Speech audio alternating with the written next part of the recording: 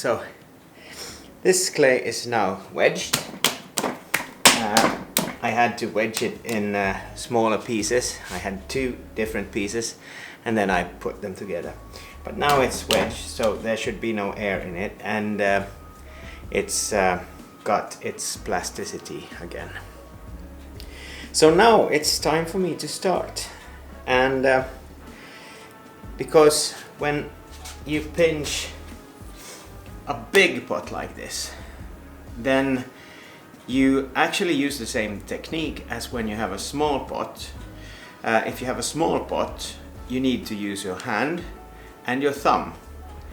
I always have one hand in my other hand like this, and then I have the clay in between my thumb and my fingers. Now when you have a big piece of clay like this, you can use the whole hand, of course.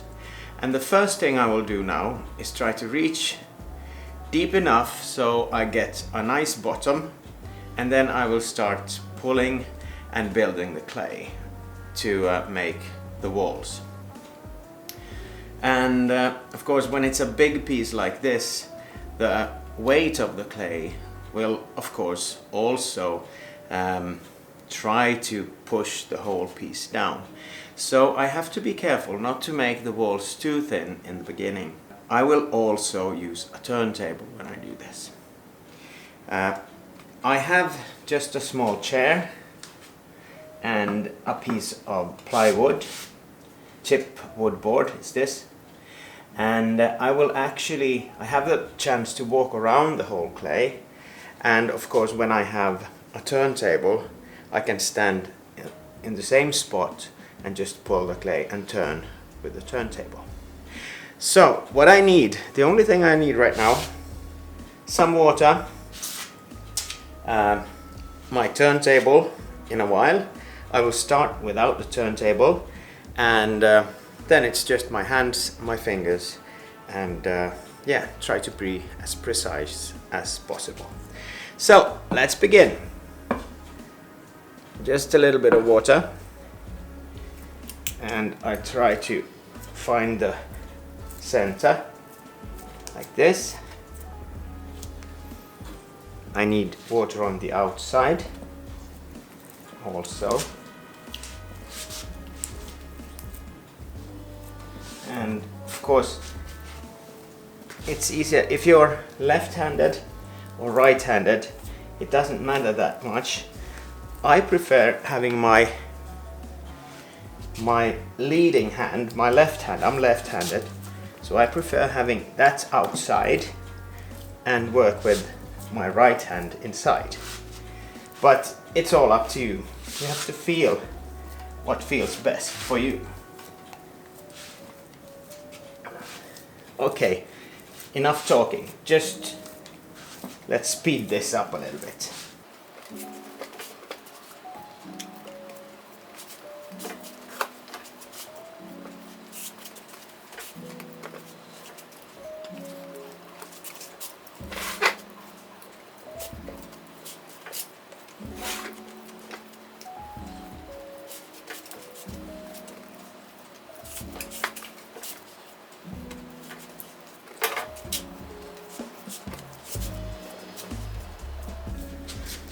Okay, this is getting kind of heavy.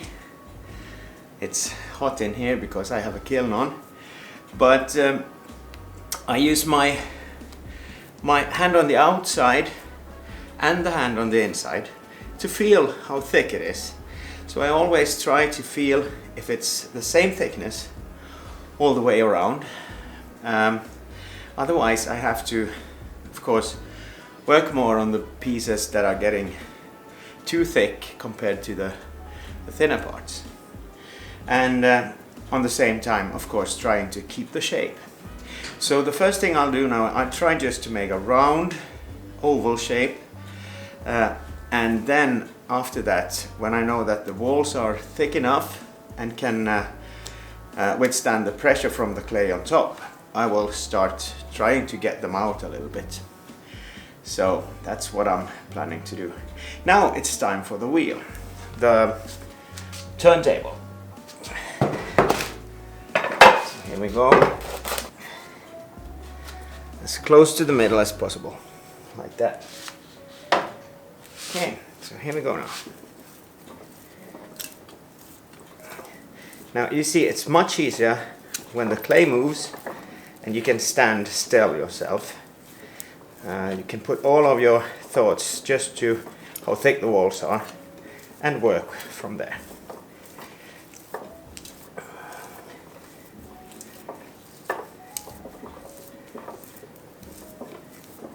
Now this clay is about 10 kilos, so it's really much.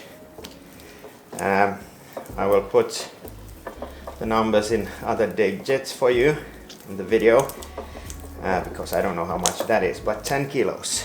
So this is the only thing left in the bag of clay. Everything else is in there. So this is going to be a really big pinch pot.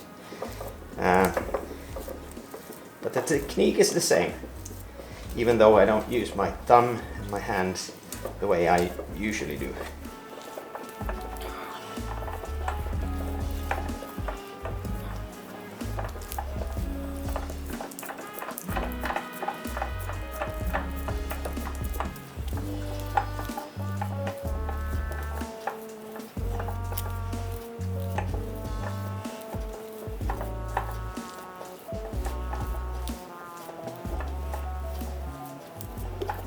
Okay, now you can see the shape is almost symmetrical now all the way around, but I still need to work this clay up a lot. I think the bottom is all right. I can reach almost all the way into the bottom, but now I need to start working and pulling the clay from the sides up, and still, of course, concentrating on the walls so that they actually have the same shape, lean the same way, and of course are the same thickness as the rest of the pot. Now this is actually the biggest pinch pot I've ever made, but it's really fun. So try it. Maybe not with 10 kilos straight away, but yeah, just make a coffee mug or a small pot for something else. It's not that hard. Just remember to, I try to think it like I lock my hands the way that I feel exactly how thick it is all the time when I pull the clay. This way you know that it's going to be the same thickness. Actually, when you stand over your clay like this, you can't see my face of course, but when you stand over it and concentrate on where, like for instance this spot, if I always check that spot, I can see if it's not out enough on some places, and then I can adjust the clay a little bit more. So, a lot of patience, take your time. I feel actually that I'm rushing this a little bit too much, but yeah, this is just a tutorial, and I think that you can do this really easily.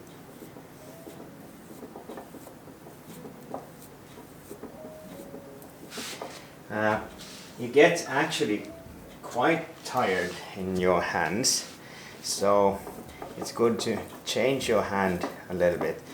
The hand working inside is of course the one you get most tired in, but yeah, you can change it every now and then. And always when you work with clay like this, remember it's just clay. If something goes wrong, you can just put water into your clay, reuse it, wedge it again and again and again and again. So it's really fun in that way. Of course, when you actually then burn it in the kiln, after that it's ceramic. and then you can't use it again.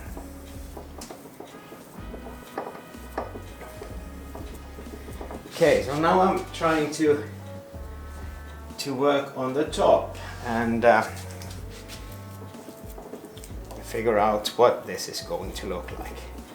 And as you can see, I hold my hand quite steadily on the outside and use my inner hand to pull the clay towards it, and at least 3 fingers inside. This way I get the same thickness and you don't get these grooves inside that much.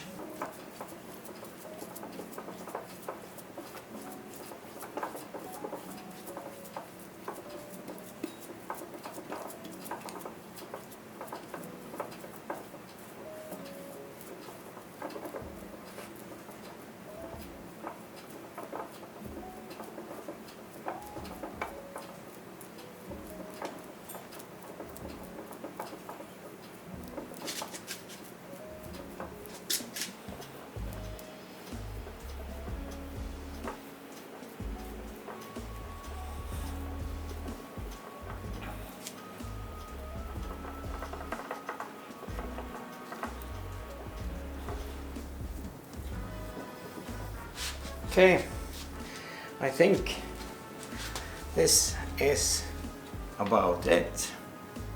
It's huge, isn't it? Now the shrinkage will be about maybe 10%, and I don't really know if I should leave this rim rough like this or if I should cut it, but I think I will leave it rough and maybe do some ornaments on this afterwards too. Yes, I will show you with the camera how it looks inside also. You can see my fingers on the walls, tracks of my fingers all the way, and the thickness right now is just like this, nothing more. And of course I need to work a little bit more to get it really nice. The bottom is really thin, so I might even consider putting a little bit of clay in the bottom before I let this dry. So far so good. It's huge, but yes, as you can see, the surface is not really great yet, so I will use a wooden tool and smoothen out the dents over here. But yes, I think I'm done. So thank you so much for watching, and I hope to see you again on my channel. Bye bye.